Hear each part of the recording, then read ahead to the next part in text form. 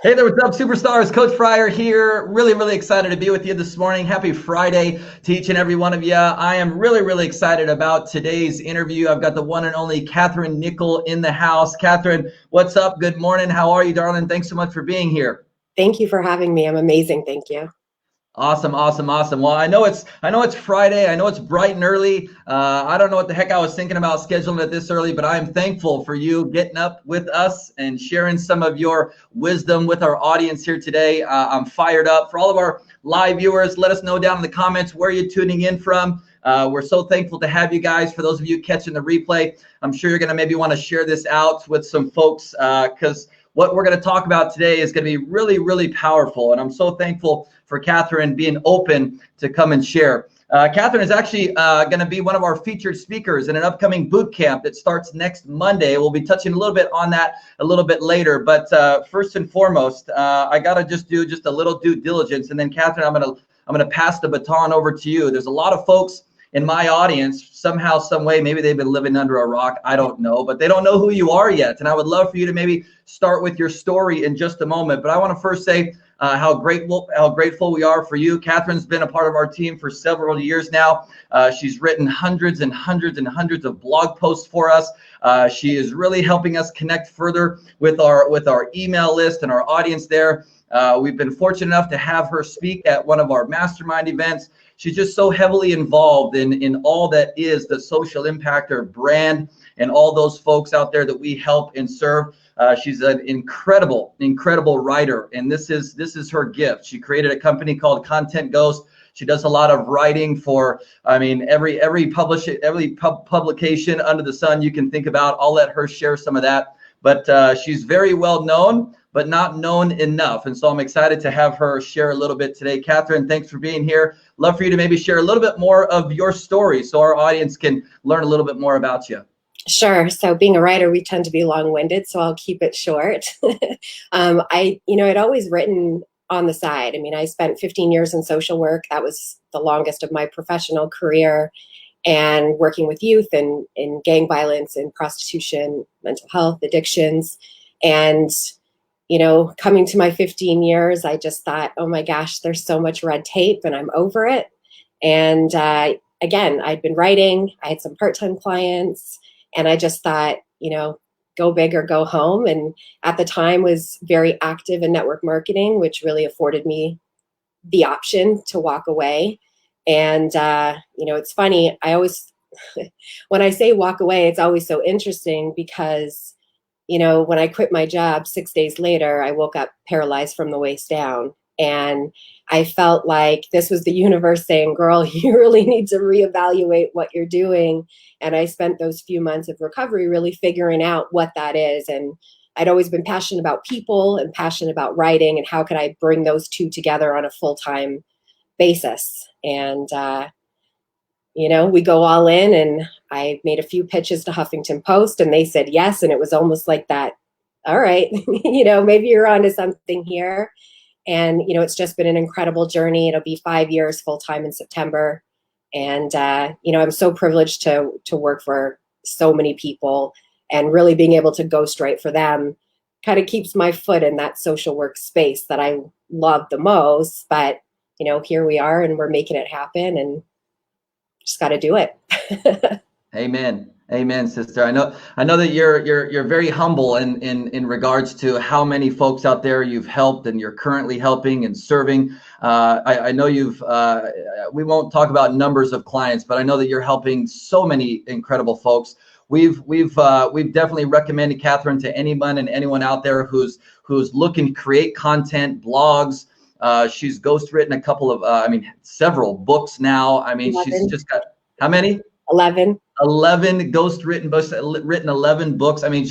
She's got so much wisdom, and she's so good at her craft and her art of connecting with each and every one of her clients and really understanding their brand, their message, and what they truly want to deliver for their people so that they can make the most amount of impact possible. I know she's definitely helped us take our name, our brand, our content, and serve our clients to new heights and new levels over the last several years. And so we're so thankful for that. So today we want to talk a little bit about content creation and stuff. And I really want to transition now and just kind of get your thoughts, Catherine. I think this is going to be really helpful. Everyone who's watching this broadcast is, maybe in the network marketing space and the entrepreneurial space, small business space.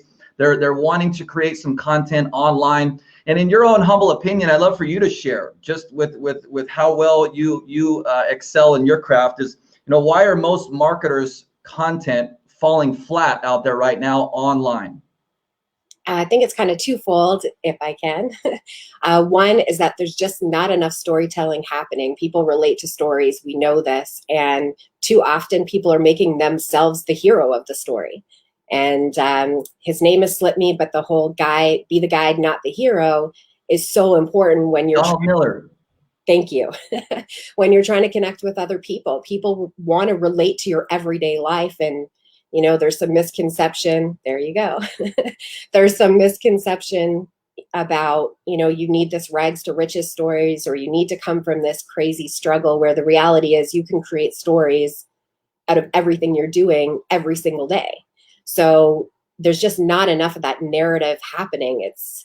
It's almost like we go from funny memes to selling products. Like there's no in between that's letting people know anything about who you are, or why they would want to work with you or hire you or buy from you, or whatever the case is. So my opinion, there's not enough stories happening, and the stories that are happening, people are making themselves the hero versus the audience needs to feel like the hero.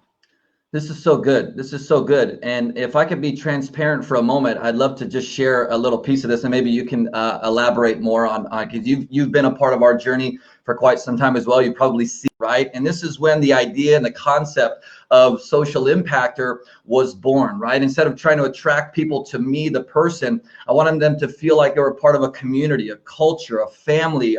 We were on, we were walking towards a mission and a part of a movement together. And in and through that, yes, I've been able to better understand that sharing stories along this has attracted even more people to this movement. And a lot of the credit is to you in helping me relay that message out there to our folks, to help them understand that they are the hero of their own story. You and me, for example, are just the guides to help them fulfill that level of impact. Would you agree? I know you've kind of seen me go through this journey myself. Absolutely. People want to know who you are, especially on platforms, that we're on, Facebook, YouTube, things like that. People want to know who you are, and your products, your services, all of those things should really come secondary. Yeah. And they can see yourself in your everyday, and that's the part that you really want to connect with people. You want your audience to say, oh my gosh, I feel that, or oh my gosh, I can relate to that, or oh my gosh, how did you overcome it? And help them get to there through their stories.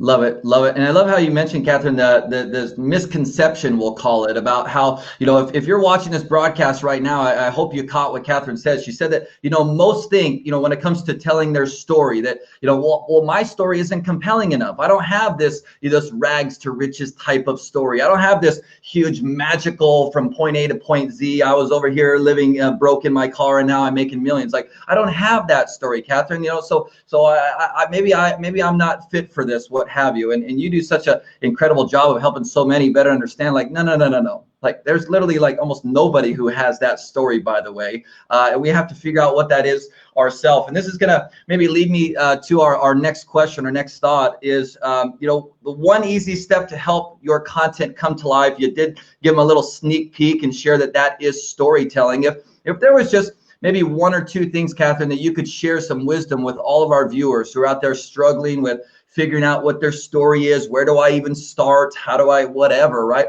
What might be one or two ideas that we can share with them today to kind of maybe help them get started?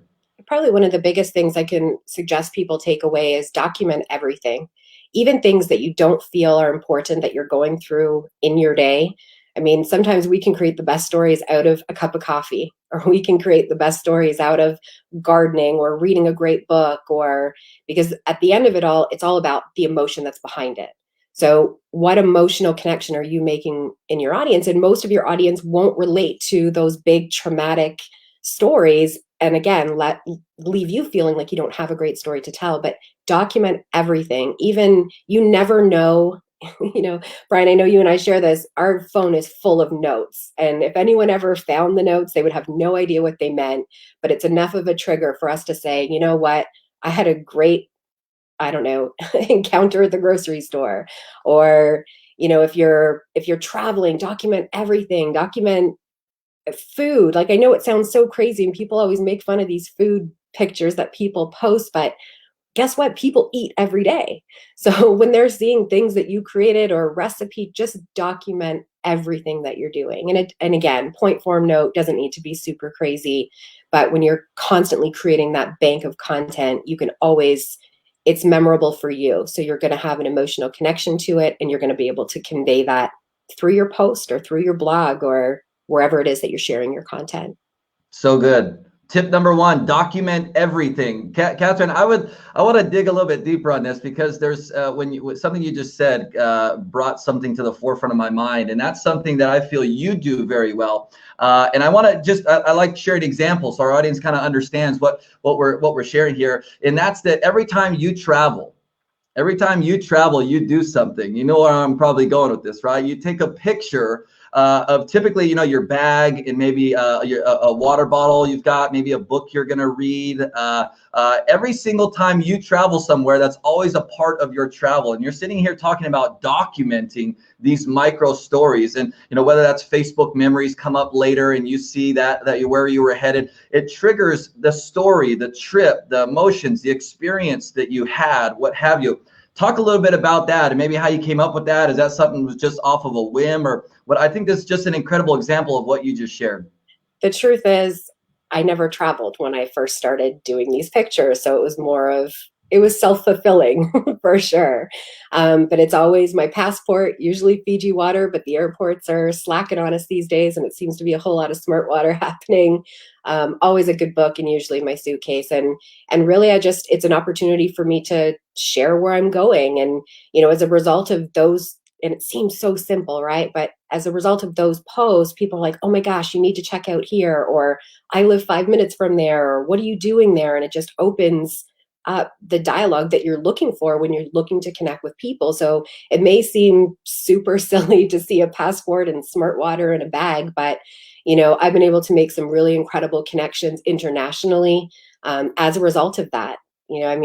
Gosh, I think everyone was getting sick of them last year. I felt like I was away more than I was home, but it's those simple things. And just because you brought up examples, there's another thing that I've just done every single day forever, and it's sharing my coffee mug. I have a little bit of an obsession with coffee mugs that have some type of saying on it. Today it says dream big. And just sharing that with people, and it just creates, again, that connection. And some of them are funny and some of them are uplifting, but would you ever think words on a coffee cup would elicit emotions from people? And especially in things like stories and that, the amount of messages that you get, something as simple as, oh my gosh, I love your mug, where did you get it? And it allows people to open up the conversation with you versus the other way around.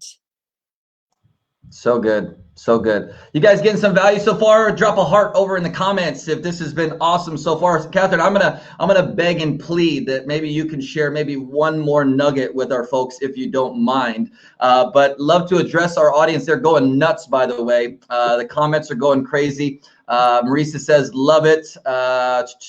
Where to go? There you go. Love it. Had to get in the habit of documenting more and more and more. Ashley says, everyone has a story. I so agree with all of this. Carla says, I'm always telling stories about my dog. She is part of my brand. So cool. Appreciate you sharing that, Carla. Very cool. Well, before I tell them the good news about what you're going to be training on next week, I'd love to maybe share, do you have one more maybe micro nugget for those who are struggling to figure out their story? How do they create it? How do they start sharing it? One more micro nugget, Catherine, maybe you could share with our folks today. Vulnerability.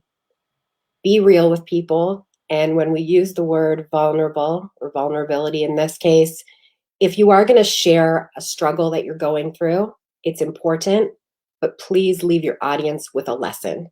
Please leave them with something that's going to be actionable for them. Otherwise, you're just creating a pity party. And at the end of the day, nobody really wants to come to your pity party. It's not going to benefit your business. So be vulnerable with things that you're going through, but be that silver lining for somebody so that they're not only relating to what you're going through, but you're also giving them that light. You're giving them that hope. And especially right now, that's what people are looking for. So good. Vulnerability.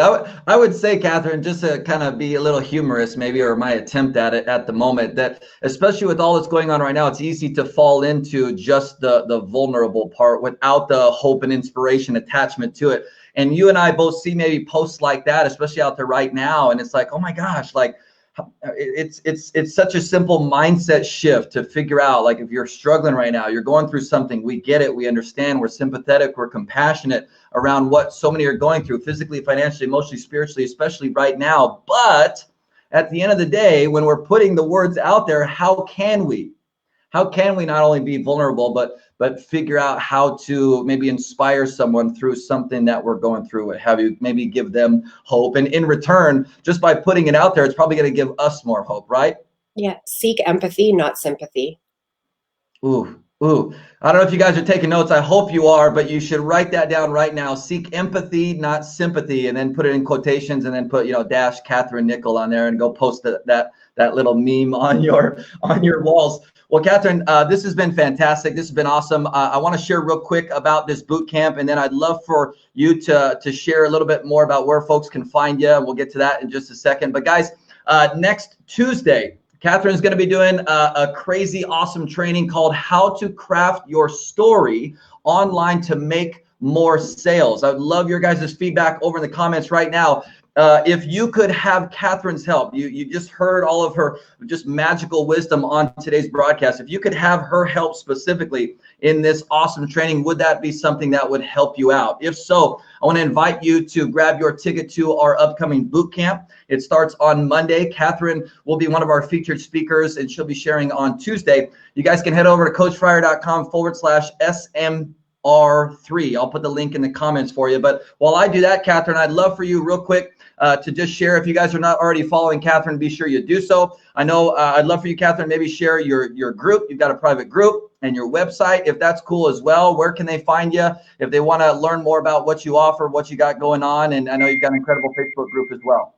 Absolutely. Facebook for sure is the biggest hub. I have a free community called Storytellers Cafe. It's really just about tips and tricks and all the things to help people not just tell their stories better, but become profitable storytellers along the way.